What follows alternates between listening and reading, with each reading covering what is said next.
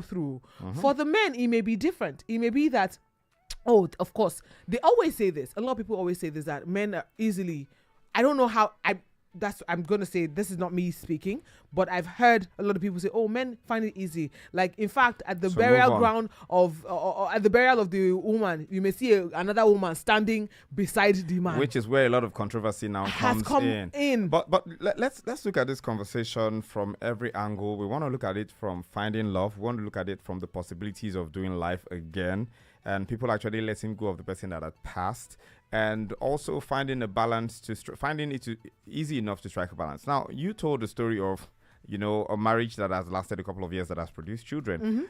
I sadly have a friend who he got married, and it was so sad because he got married. I was the MC at the wedding, and a year after, so we had one of the bridesmaids had a mutual friend with me.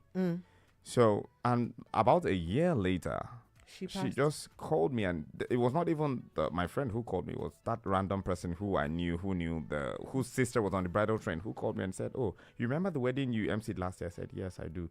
And it was like a very random call. I don't receive calls from this. And like, the wife died this morning. I'm like, what? And she died having a child and everything. Oh my God. It was a very crazy struggle for the young man. We called him. He didn't take calls for the longest time. And one day, he just posted something on X. At the time, it was Twitter. It was a few years ago. And he posted something on X. And he said, my best friend got taken away from me. And I have this bundle of joy in my arms. There's so much I don't understand. We were supposed to do this whole life together. That was the first thing he wrote. He went off grid. We didn't see him on social media. I didn't know where he was living. And the friends who could reach out to him were not even in the country. So it was a very great period for him. But eventually, he started talking about his son a lot on social media and how he had to grow through all of that. And at some point, he wrote again, I think about 6 months down the line, that people are asking me to find another woman. People are asking me to do this. I will never find another. And, that was something that broke me because every time he wrote that, I would call his number and I wouldn't get any response, or I wouldn't be able to reach him. And that went on for 2 years. Then he came back on the grid again after 2 years and posted his son's picture. The boy now obviously grown. The boy had been living with his in-laws and sometimes comes to visit his parents. And then he lost his dad again around the same time. So it was like a lot of very crazy things that happened to him. And he was really young, and this was his first love and a lot of things.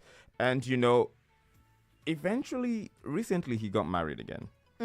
And that was like almost 5 years after the demise of his first love. And it's a conversation that I wanted to have with him, like, how were you able to do this? Because for him it was the pressure. Now I understand what you were saying when you said that for men they say it's easy to move on, but then for him it seemed like it was a struggle. It was a struggle. It was an obvious struggle, but then he eventually found love on his own terms. But for women, we don't see a lot of people coming to suggest in fact they tell you what are you looking for. Don't you have your children? No, they get that a lot. That's the gray area. That's the very murky water that we see. Because I know there's a woman whose husband got taken away from her. Sometime in, I think it was Aja. He was Nekekena Pep. I can't quite remember her name right now. It's at the tip of my tongue. But she had 3 children. She was pregnant for the 3rd child when her husband was killed. With the 3rd child. I think it was during the 2020 SARS thing. Conversation. I can't quite remember. I'm trying to remember. But her husband died.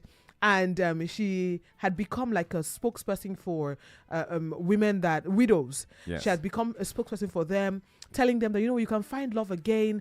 And her in-laws are very supportive.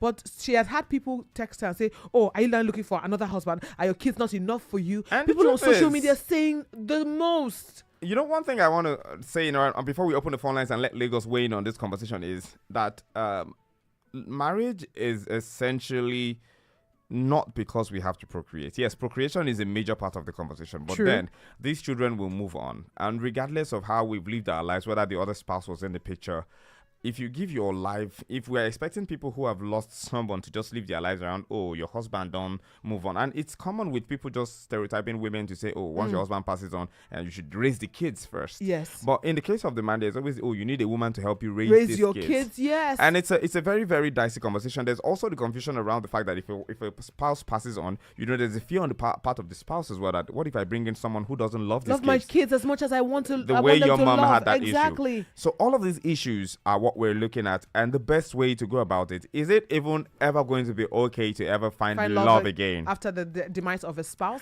So, well, we want you to weigh in on the conversation. If you know someone who has been through it, if you yourself have been through it, please, by all means, indulge us. Let's have this conversation together, because a lot of people out there are going through this as we speak, and they're trying to find their feet when it comes to conversations like this. Well, 0705 8904 is the number to call us on. 0705 8904 or you could call us on 0805 09 20927. You can also send us a WhatsApp message on 0705 6900 Hello, good morning. Good morning. Hello, good morning. Good What morning. is your name and where are you calling us from? This is from Anthony. Oh, Hey, sweetie sweetie, welcome. An absolute pleasure to have you right here on Family Matters. Talk to us. What are your thoughts on this? Let me tell you something. You know, when there is love, when the both parties, Mm-hmm. when there is the both parties, they are in love, yeah. and one now passes, it's going to be difficult for the other one to. They said they don't love each other. I will use my own personal Experience. When we lost our mom, 2008, as I speak to you, up to now, my daddy has not remarried. Wow. So, you know, not that we are grown up now. Mm-hmm. So it's something that I can just say, she has gone. Let me get another woman that will be taking Care of the kids. Yeah. But it's still single. You understand? So it depends. There's no way when there's love, that other person can fill in that vacuum that other one Vacuum, has yeah. left. Mm-hmm. So that's why you see it's very difficult. Not that they don't want to remarry, but can he feel that space? Void. That space, yeah. Yeah. Exactly. Mm-hmm. So it's difficult. Oh, God should not allow us to see this love. Amen. Amen. Thank you so very much, Sweetie AT, 2008, that year. Yeah, so of course, same thing with my dad. And sometimes you think to yourself how they even, because of course they're humans. You know, it's there's a lot. Right? Sometimes they want to feel love. Yes, it's of course, and I feel like everyone has a right to judge. Like she said, everyone has a right to live their lives and love. Mm-hmm. You know, like she said, for this case of her dad, it was just the too much love. Maybe he couldn't find anyone to fill that void. Maybe he didn't give anyone the opportunity to even feel it. And it was probably because of the children as well. Exactly. But then there is, because I know someone who is just even a single father who he tried to get married again, and the marriage couldn't just work because he came home from work one day and he didn't like how his new wife had treated his kids, and it was a deal breaker for him. Like, see, because that is a deal. That's like a deal breaker for any parent who has kids and is about to remarry after the death of a spouse. So for that, but the one that maybe poses a lot of problems for me is when society now starts to dictate, like, when did the husband die? Why is she trying to remarry? Those are, and let's even look at the fact that we always like to we are hypocrites sometimes. We are very hypocritical, and let me tell you why I say that. Please forgive me for using this language before we go on the break. It is because we say in Yoruba language, "Oju meri lo n bimo." Yes, now like four eyes. Four eyes. Now they born picking, and then we need like those four eyes plus more to raise the children. But those four eyes are the ones that are burdened with the emotional and the financial and the spiritual and everything psychological responsibility and the burden to raise these children. So when one person has to do it alone, do we remember these quotes that we make when someone dies and you're like, why is she remarrying? And I've heard someone say that, all right, mommy will tea tutu. or something, and you exactly. done the body's not cold yet, and you're jumping into the arms of another man. Your husband has not even reached 3 years. Why are you looking for a husband? But then it's a conversation that we're continuing, and it's because we want to, sort of give these individuals, whether widowers or widows, we want to give them a voice and help them find support in these trying times. But then we'll go on a quick break. When we come back, you can join in the conversation. Remember that you can also send a WhatsApp message to the numbers while we're on the break, of course. 0705 okay, 6900927 is the WhatsApp line. We gotta go, but we'll be back pretty soon. Ready for a day of action-packed.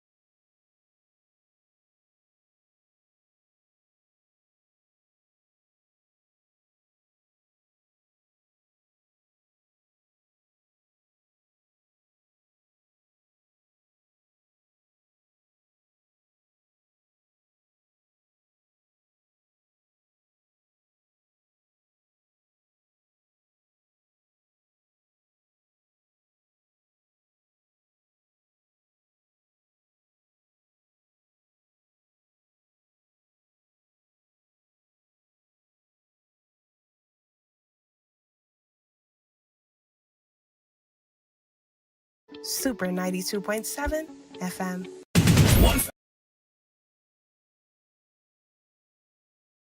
Jesus Diaries. If the world doesn't end as soon as we think it would. Yes, and on Family Matters today, we're asking the question, or rather, we're posing How thoughts how to long you. is it even supposed to be before a spouse can find love again? After the demise of someone of of the their death spouse. of their spouse.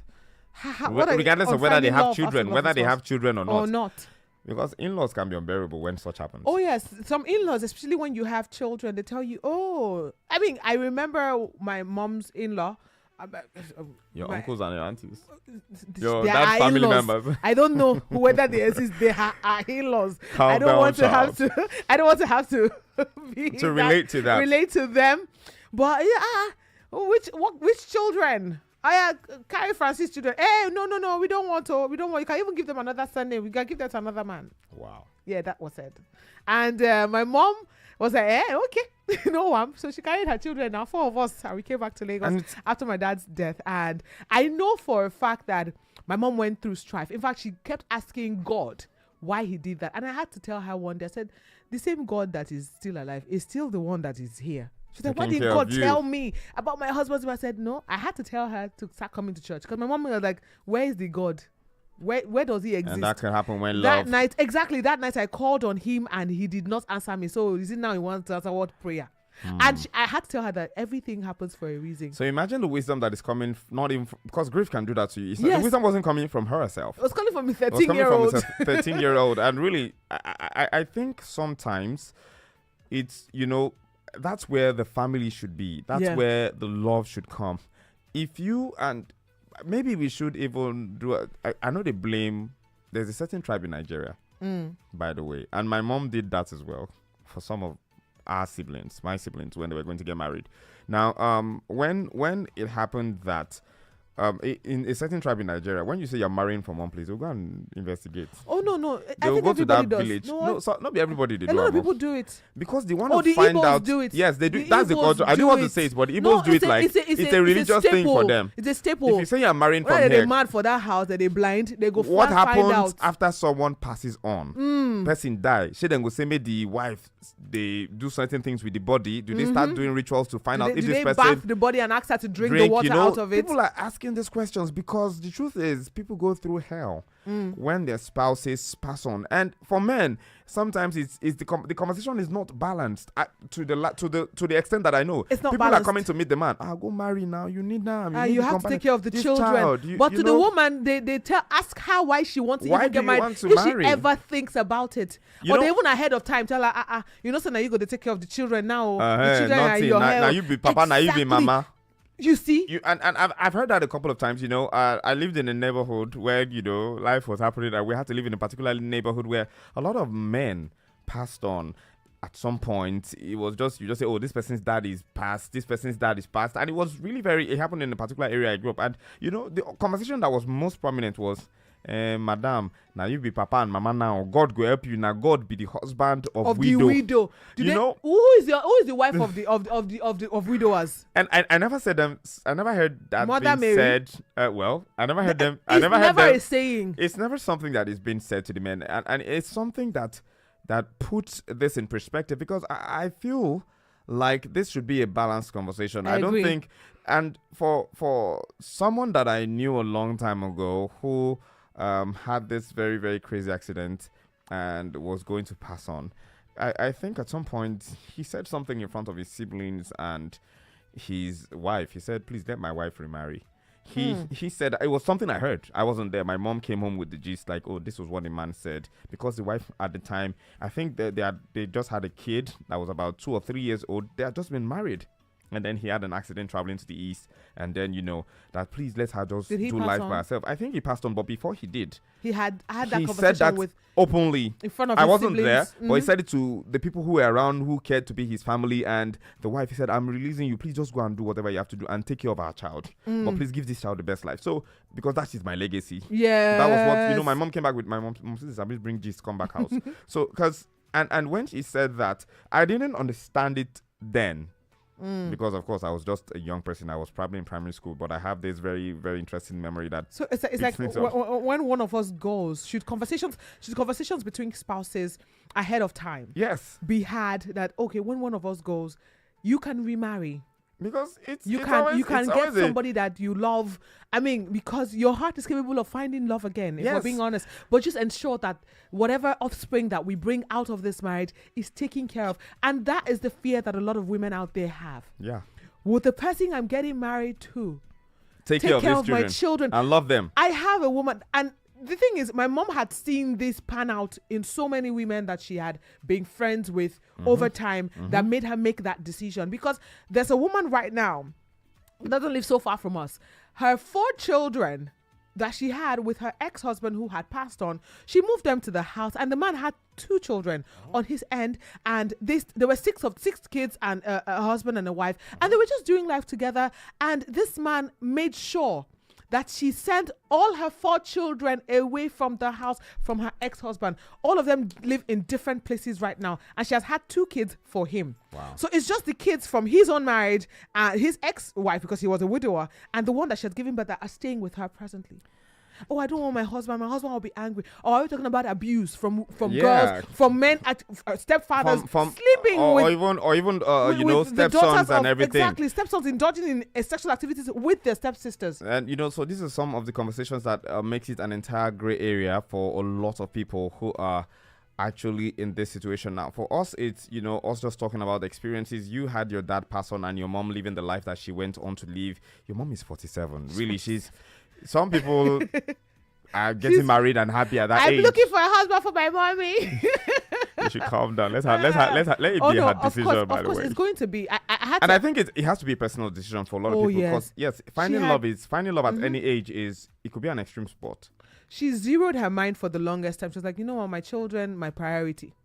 I don't want to have to deal with somebody else, like I earlier mentioned, saying that they wanted me to give birth again. Oh, I'm not going to go through childbirth. Hell no. That was her saying this. And really, then, I mean, of course, someone that would love my children, not someone that would complain of everything that they do. Because when somebody starts complaining about that, my mother doesn't look at it makes it tedious. Okay. I mean, we've had tedious. some men come to the house, and my mom will introduce them, of course, as her friend. But when they go, she's like, oh, that one say he wants.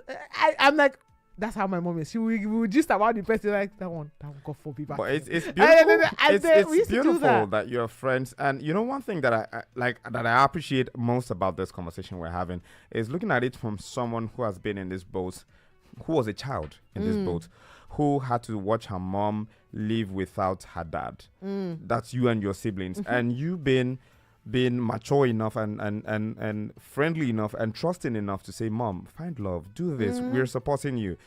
I think Please that's have even money. That's sacrosanct. it's sacrosanct. I have to take care of my mother. It's a good place to start because it takes away the burden. Because for some people, it's whether or not the kids will approve. That's the first issue. Oh yes. Yeah, away from the family life, away She from even the had in-laws. friends tell her, enjoy your life, which will be Peking. Literally. Yeah. They'll But tell then, her, you know, enjoy your when life. you're And saying these are enjoy your friends that life, were also widows. now when you say enjoy your life, and you know you are a mom or a dad who is thinking, but I have kids But who I have might see me children. and they just feel like, oh, I'm just philandering My right now. mom will go out with her friends. Maybe they have like a girls' brunch or something, and she's coming back home. She's like, I better go. Time don't they go? My children.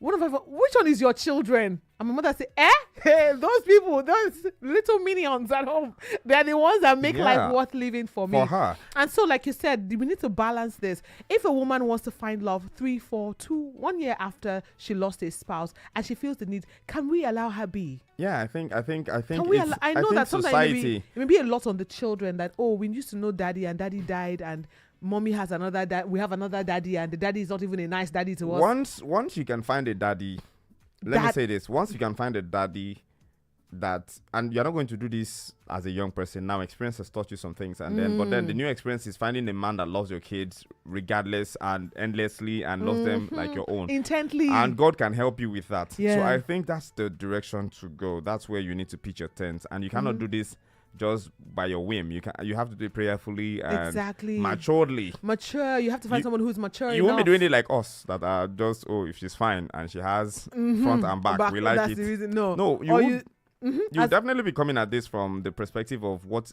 you want, and what you actually need. You know, this is a need. The same leverage that we give to women, that we give to men, let us accord it to women as well. Yeah. Because I mean, first of all, women even go through the most. Yeah. In times of, not that I'm not saying that men do not. Of course, grief is something that is relative to different people. Yeah. People grieve differently, and I know that they go talk, say, "Oh, be a man." See, don't be a man. Don't be a man. You know, I know someone. Be a man. You can't be crying. You can't be sober. I know someone. You have to. I didn't want to say grieve this, but as much as possible. Wrapping up. I know someone whose wife had cancer, and it was a very close family to ours at the time. His wife had cancer. They attended a particular church, and someone from the church used to come around to take care of her wife. She had cancer, and her kids were living with us and everything. And for the longest time, you know, for about 6-7 months before she passed, it was really very crazy. And I saw someone living with cancer like at that age. So a few months after she passed, we heard that there was a marriage between that person who used to come and take care of the person who had the cancer and the man in question. And, you know, people frowned, is this woman that did this and that did that and whatsoever? I would even doubt that, because you know how the wife wasn't present and then the other woman was taking care of the kids. So he must have seen that, okay, this person actually cares for my family. Kids and my family and for me myself. So, I mean, exactly. So why going outside? And they've been married for over 20 years now. There were no kids from that new marriage. But, you know, I attended the wedding of one of these individuals recently, and that woman sat down. It was very emotional. That's to tell you how. So for some people, it could be a success.